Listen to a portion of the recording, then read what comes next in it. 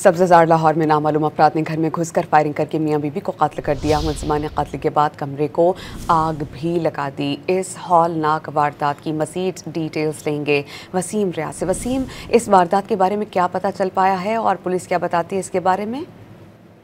जी देखिए, अभी पुलिस की तफ्तीश जो है वो जारी है। अभी वजूहात जो है वो सामने नहीं आ सकी, लेकिन एक शख्स को जो है वो गिरफ्तार किया गया है। ये सब्ज़ार का इलाका है, एन ब्लॉक, जहां आज सुबह ये मियां बीवी को जो है वो फायरिंग करके जख्मी किया गया। उसके बाद फिर कमरे को जो है वो आग लगा दी गई।